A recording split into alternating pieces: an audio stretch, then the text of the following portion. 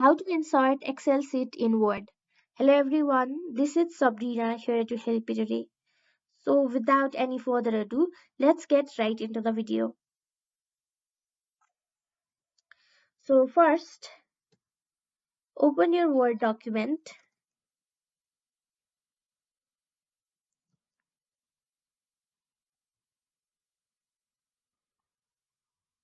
After that,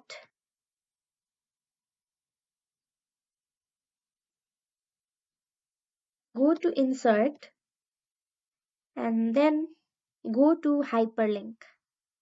From here, you should find your Excel file. Simply tap on OK and then it will be added to your Word document. So that's how you do it. Thank you for watching this video. Make sure to like, share and subscribe to our YouTube channel.